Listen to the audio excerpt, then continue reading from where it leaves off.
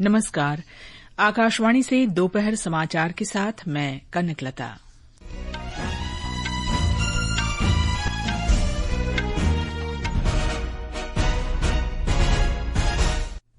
वस्तु और सेवा कर जीएसटी परिषद की 56वीं बैठक नई दिल्ली में शुरू। 2 दिन की बैठक में कर दरों को युक्तिसंगत बनाने और अगली पीढ़ी के सुधारों पर विचार विमर्श होगा। प्रधानमंत्री नरेंद्र मोदी ने दिल्ली में सेमिकॉन इंडिया 2025 के दूसरे दिन सेमीकंडक्टर क्षेत्र के विशेषज्ञों के साथ बातचीत की। विदेश मंत्री डॉ एस जयशंकर की दिल्ली में जर्मनी के विदेश मंत्री जोहान डेविड वाडेफुल के साथ बातचीत। यूरोपीय संघ के साथ व्यापार वार्ता में तेजी लाने के लिए जर्मनी से सहयोग मांगा। मौसम विभाग ने जम्मू कश्मीर, हिमाचल प्रदेश, पंजाब और हरियाणा में मूसलाधार बारिश का रेड अलर्ट जारी किया। अमेरिकी ओपन टेनिस में भारत के यूकी भांबरी और न्यूजीलैंड के माइकल वीनस की जोड़ी पुरुष डबल्स के क्वार्टर फाइनल में पहुंची और बिहार में पुरुष एशिया कप हॉकी टूर्नामेंट के पहले सुपर 4 मुकाबले में आज शाम भारत का सामना दक्षिण कोरिया से। अब समाचार विस्तार से। जीएसटी परिषद की 56वीं बैठक नई दिल्ली में चल रही है। केंद्रीय वित्त मंत्री निर्मला सीतारामन इस 2 दिवसीय बैठक की अध्यक्षता कर रही हैं। परिषद द्वारा भारत के अगली पीढ़ी के जीएसटी सुधारों पर विचार विमर्श किए जाने की उम्मीद है। इसमें कर दरों को युक्तिसंगत और अनुपालन को सरल बनाना शामिल है। केंद्रीय वित्त राज्य मंत्री पंकज चौधरी और दिल्ली, गोवा, हरियाणा, जम्मू कश्मीर, मेघालय तथा ओडिशा के मुख्यमंत्री बैठक में शामिल हैं। अरुणाचल प्रदेश, बिहार, मध्य प्रदेश और तेलंगाना के उप मुख्यमंत्री, मणिपुर के राज्यपाल तथा कई राज्यों और केंद्र शासित प्रदेशों के वित्त मंत्री भी बैठक में हिस्सा ले रहे हैं। इस बीच संवाददाताओं से बातचीत में आंध्र प्रदेश के वित्त मंत्री पय्यावुला केशव ने कहा कि उनकी पार्टी केंद्र सरकार द्वारा प्रस्तावित जीएसटी क्षेत्र में बड़े सुधारों का समर्थन करेगी। From Andhra Pradesh, we are supporting the major reforms in the GST sector which are being proposed by Government of India. Most of them are going to help the common man and poorest of the poor. They are coming from the food sector, education, health, steel, cement, textiles, all the reforms which are being proposed by the Government of India to bring down the burden on the common man. प्रधानमंत्री नरेंद्र मोदी ने पिछले महीने स्वतंत्रता दिवस के अवसर पर अपने संबोधन में जीएसटी के अंतर्गत अगली पीढ़ी के सुधारों के महत्व पर जोर दिया था। पिछले 8 साल से हमने जीएसटी का बहुत बड़ा रिफॉर्म किया, पूरे देश में टैक्स के बर्डन को कम किया और 8 साल के बाद समय की मांग है कि हम एक बार उसको रिव्यू करें। हमने एक हाई पावर कमेटी को बिठा करके रिव्यू शुरू किया, राज्यों से भी विचार विमर्श किया। हम नेक्स्ट जनरेशन जीएसटी रिफॉर्म्स लेकर के आ रहे हैं। ये दिवाली के अंदर आपके लिए तोहफा बन जाएंगे। आत्मनिर्भर भारत के निर्माण के लिए केंद्र सरकार ने पिछले महीने हुई मंत्री समूह की बैठक में जीएसटी में महत्वपूर्ण सुधारों का प्रस्ताव रखा था। सेमिकॉन इंडिया 2025 के दूसरे दिन प्रधानमंत्री नरेंद्र मोदी ने आज नई दिल्ली स्थित यशोभूमि में सेमीकंडक्टर क्षेत्र के विशेषज्ञों के साथ बातचीत की। प्रधानमंत्री ने प्रदर्शनी में सेमीकंडक्टर से संबंधित विभिन्न उत्पादों और परियोजनाओं की जानकारी ली। इस अवसर पर इलेक्ट्रॉनिक्स और सूचना प्रौद्योगिकी मंत्री अश्विनी वैष्णव भी उपस्थित थे। श्री मोदी आज सेमिकॉन इंडिया में कार्यकारी अधिकारियों के गोलमेज सम्मेलन में भाग लेंगे। सम्मेलन का उद्देश्य वैश्विक सेमीकंडक्टर आपूर्ति श्रृंखला में भारत को एक विश्वसनीय भागीदार के रूप में स्थापित करना है। प्रधानमंत्री नरेंद्र मोदी ने आज केंद्रीय मंत्री अश्विनी वैष्णव द्वारा लिखा गया एक लेख साझा किया, जिसमें भारत की परिवर्तनकारी सेमीकंडक्टर यात्रा को रेखांकित किया गया है। उन्होंने कहा कि सेमीकंडक्टर इंडिया समिट 2025 इसी यात्रा की निरंतरता का प्रतीक है। इलेक्ट्रॉनिक्स और सूचना प्रौद्योगिकी मंत्री अश्विनी वैष्णव के एक पोस्ट पर प्रतिक्रिया देते हुए प्रधानमंत्री ने कहा कि आने वाले दशक में देश संपूर्ण सेमीकंडक्टर मूल्य श्रृंखला के लिए एक प्रतिस्पर्धी केंद्र के रूप में उभरने के लिए तैयार है। गृहमंत्री अमित शाह ने आज नई दिल्ली में छत्तीसगढ़ की कर्रे गुट्टालू पहाड़ी पर ऑपरेशन ब्लैक फॉरेस्ट को सफलतापूर्वक अंजाम देने वाले सीआरपीएफ, छत्तीसगढ़ पुलिस, डीआरजी और कोबरा के जवानों को सम्मानित किया। श्री शाह ने कहा कि ऑपरेशन के दौरान जवानों की बहादुरी और पराक्रम को नक्सल विरोधी अभियानों के इतिहास में स्वर्णिम अध्याय के रूप में याद किया जाएगा। उन्होंने कहा कि मोदी सरकार देश को नक्सल मुक्त करने के लिए वचनबद्ध है। विदेश मंत्री डॉ एस जयशंकर ने आज नई दिल्ली में जर्मनी के विदेश मंत्री जोहान डेविड वाडेफुल के साथ बातचीत की। इस दौरान डॉक्टर जयशंकर ने कहा कि यूरोपीय संघ के साथ भारत के संबंधों को गहरा करने और मुक्त व्यापार समझौते पर तेजी लाने के लिए जर्मनी का सहयोग आवश्यक है। उन्होंने कहा कि वे दोनों देशों के बीच द्विपक्षीय सहयोग के विभिन्न आयामों पर गहन चर्चा की आशा कर रहे हैं। We are marking 25 years of strategic partnership, 50 years of scientific cooperation, almost 60 years of cultural agreements, and more than a century of business interactions. We would also be preparing for a fruitful intergovernmental consultations later. India and Germany have a strong history of multilateral cooperation, which I'm confident will be further advanced through our talks today. दोनों देशों के विदेश मंत्री इस समय संयुक्त संवाददाता सम्मेलन को संबोधित कर रहे हैं। Dass mich auf meiner Reise eine so große Wirtschaftsdelegation begleitet, zeigt auch das große Interesse der deutschen Wirtschaft am indischen Markt. Jetzt gilt es auch, Marktzugangsbeschränkungen abzubauen, um das riesige Potenzial von gestärkten Wirtschaftsbeziehungen auch zu nutzen. Dabei dürfen wir bei mehr Wachstum den Einsatz gegen den Klimawandel nicht aus dem Blick verlieren. Hier wird Deutschland für Indiens Indo-Pacific Oceans Initiative 20 Millionen Euro beitragen, um die Resilienz pazifischer Inselstaaten gegen klimabedingte Schäden und Verluste zu stärken. राष्ट्रपति द्रौपदी मुर्मू ने करम पूजा के पावन अवसर पर देशवासियों के सुख शांति और समृद्धि की कामना की है।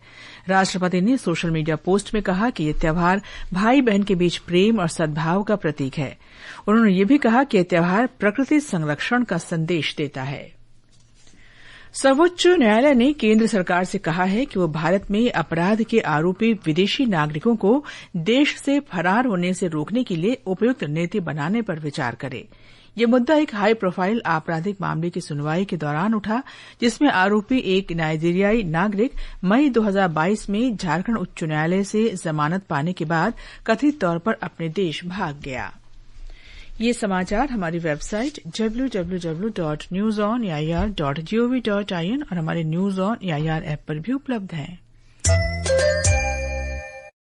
दोपहर समाचार में आपका फिर स्वागत है।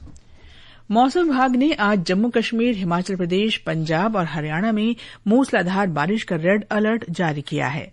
आकाशवाणी समाचार से विशेष बातचीत में विभाग के वरिष्ठ वैज्ञानिक डॉक्टर आरके जैनामणि ने बताया कि देश के पूर्वी हिस्सों झारखंड, ओडिशा और छत्तीसगढ़ में भी मूसलाधार बारिश की संभावना है। 3 सितंबर के लिए जम्मू कश्मीर के लिए भारी और अति भारी बारिश, और उसी के साथ साथ हम लोग लिखे हैं कहीं कहीं बादल भी फटने का संभावना है, और उसी के साथ साथ भूस्खलन भी हो सकता है। हिमाचल, उत्तराखंड में भी हम लोग ऑरेंज कलर का वार्निंग जारी किया है आज 3 सितंबर के लिए। और जो मैदानी इलाका है जैसे पंजाब, हरियाणा, जहां बाढ़ का स्थिति बहुत खराब चल रहा है, पंजाब में हम लोग हैवी टू वेरी हेवी यानी भारी बारिश का आज एक दिन के लिए 3 तारीख के लिए दिए हैं। हरियाणा के लिए भी 8 रेड कलर का वार्निंग दिए हैं, दिल्ली के लिए येलो कलर। इस बीच उत्तर रेलवे ने जम्मू और कटरा स्टेशनों से आने जाने वाली 68 ट्रेनों को 30 सितंबर तक रद्द करने की घोषणा की है। 24 ट्रेनों का परिचालन फिर शुरू किया जाएगा। मूसलाधार बारिश और अचानक आई बाढ़ के बाद पठानकोट जम्मू सेक्शन में कई स्थानों पर पिछले 8 दिन से जम्मू रेल डिवीजन में रेल यातायात स्थगित है। जम्मू क्षेत्र में वर्ष 1910 के बाद से सबसे ज्यादा बारिश दर्ज की गई है। जम्मू और कटरा के बीच स्थानीय लोगों और फंसे हुए यात्रियों की आवाजाही को सुगम बनाने के लिए 2 ट्रेनों के साथ शटल सेवाएं शुरू कर दी गई हैं। पंजाब लगातार बाढ़ से जूझ रहा है। मूसलाधार बारिश के कारण राज्य भर की नदियां उफान पर हैं। भाखड़ा सहित कई बांध पानी से लबालब हैं। इसे देखते हुए इन बांधों से नियंत्रित मात्रा में पानी छोड़ना पड़ रहा है। इस बीच केंद्रीय कृषि मंत्री शिवराज सिंह चौहान ने स्थिति का जायजा लेने के लिए पंजाब के राज्यपाल और मुख्यमंत्री से बातचीत की। श्री चौहान कल बाढ़ प्रभावित राज्य का दौरा करेंगे। ब्यौरा हमारे संवाददाता से।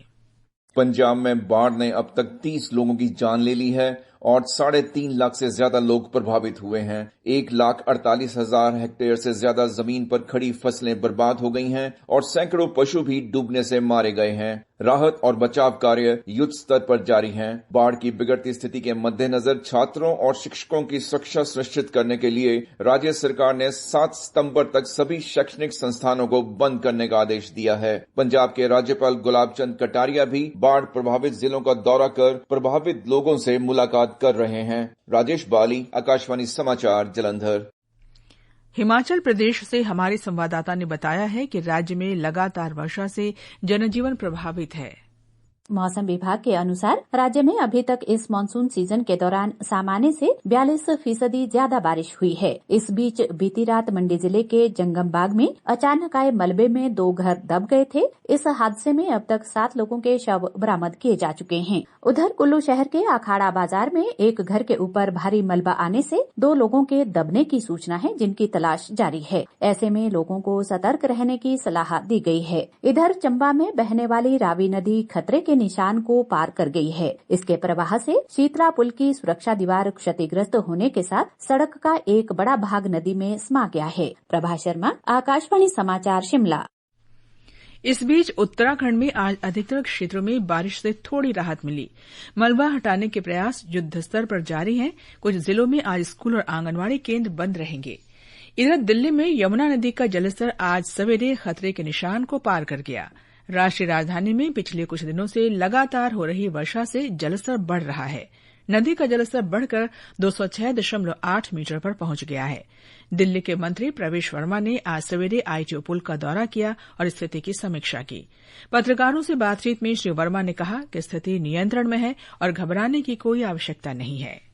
दिल्ली वासियों को आश्वस्त करना चाहता हूं, पिछले 6 महीने से जो सरकार द्वारा कदम उठाए गए हैं उससे हमारी यमुना की जो होल्डिंग कैपेसिटी है वो भी बढ़ी है। वो कैसे बढ़ी वो मैं आपको बताता हूं। 6 महीने से ही हम जब यहाँ पर अधिकारियों को हमने कहा था कि जो सारी सिल्ट जमा हो गई है जिससे हमारी विड्थ कम होती जा रही है, तो हमने बहुत सारे चैनल यहाँ पे काटे, जिससे पीछे से ज्यादा फ्लो आता है तो वो सारे जो आइलैंड बनते जाते थे उनको ले जाता था बहाकर, और यमुना की विड्थ हमने बढ़ाने का काम किया। ये समाचार आकाशवाणी से प्रसारित किए जा रहे हैं। ताजा समाचार जानने के लिए आप हमारे social media handle @AIR news Hindi को फॉलो कर सकते हैं। ये आकाशवाणी है। सिंगापुर के प्रधानमंत्री लॉरेंस वोंग ने आज नई दिल्ली में राजघाट पर राष्ट्रपिता महात्मा गांधी को श्रद्धांजलि अर्पित की।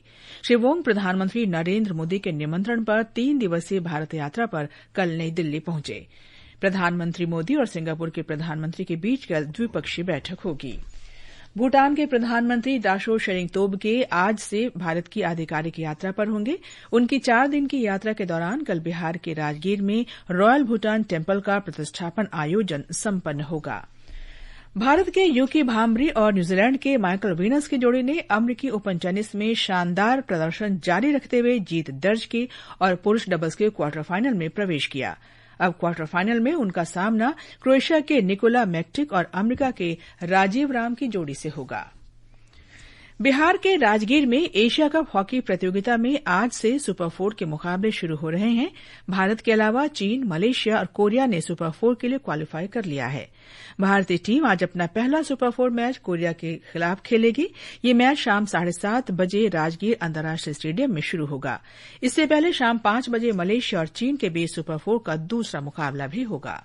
भारतीय टीम सुपर 4 में अपना पहला मुकाबला आज शाम कोरिया के साथ खेलेगी। यह मैच शाम 7:30 बजे राजगीर के अंतर्राष्ट्रीय स्टेडियम में खेला जाएगा। इससे पहले शाम 5 बजे सुपर 4 के एक अन्य मुकाबले में मलेशिया और चीन के बीच भिड़ंत होगी। कप्तान हरमनप्रीत सिंह के नेतृत्व वाली भारतीय टीम लीग मैच मुकाबलों में अब तक अजेय रही है और टीम ने अपने तीनों मुकाबलों में अच्छा प्रदर्शन किया है। भारतीय टीम पूरे प्रतियोगिता में सबकी पसंदीदा टीम बनी हुई है और खिताब की भी प्रबल दावेदार है। धर्मेंद्र कुमार राय, आकाशवाणी समाचार, पटना। अंत में मुख्य समाचार एक बार फिर।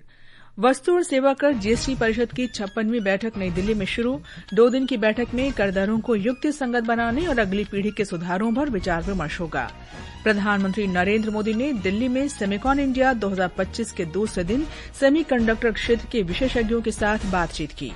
विदेश मंत्री डॉक्टर एस जयशंकर की दिल्ली में जर्मनी के विदेश मंत्री जोहान डेविड वाडेफुल के साथ बातचीत। यूरोपीय संघ के साथ व्यापार वार्ता में तेजी लाने के लिए जर्मनी से सहयोग मांगा। मौसम विभाग ने जम्मू कश्मीर, हिमाचल प्रदेश, पंजाब और हरियाणा में मूसलाधार बारिश का रेड अलर्ट जारी किया। अमेरिकी ओपन टेनिस में भारत के यूकी भाम्री और न्यूजीलैंड के माइकल वीनस की जोड़ी पुरुष डबल्स के क्वार्टर फाइनल में पहुंची और बिहार में पुरुष एशिया कप हॉकी टूर्नामेंट के पहले सुपर 4 मुकाबले में आज शाम भारत का सामना दक्षिण कोरिया से। इसके साथ ही दोपहर समाचार का ये अंक समाप्त हुआ। नमस्कार।